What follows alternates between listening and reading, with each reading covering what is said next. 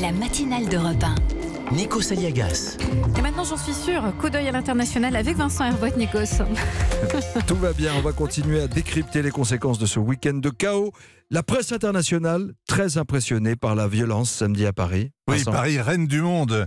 Sur toutes les chaînes d'infos, à la une de tous les sites européens, Gilets jaunes, c'est facile à traduire, comme une révolution de couleurs. Depuis 1968, en fait, les pavés qui volent font un cliché et l'enragé face au CRS sur fond de barricades en feu, c'est de l'art pompier.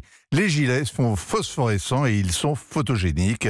Autre académisme, le peuple rebelle, les coupeurs de tête toujours prêts à tuer le père et aussi la reine et à incendier les Tuileries.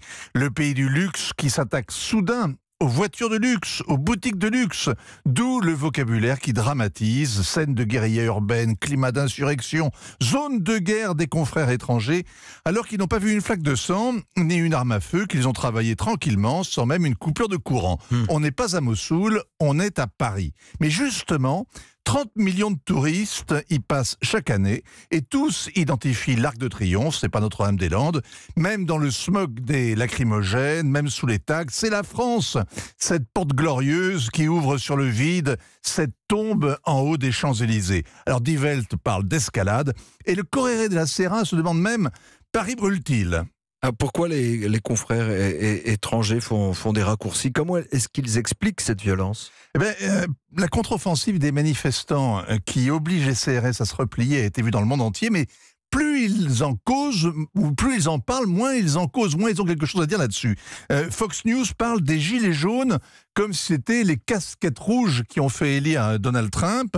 Et quand le Washington Post explique que les Français se retournent contre leur président au bout d'un an toujours, eh bien, on comprend que le rédacteur commente encore les élections du mid-term. Quand la presse canadienne avance que les élites urbaines veulent imposer leur utopie aux déclassés du monde rural, eh bien, le message s'adresse à l'évidence à Justin Trudeau.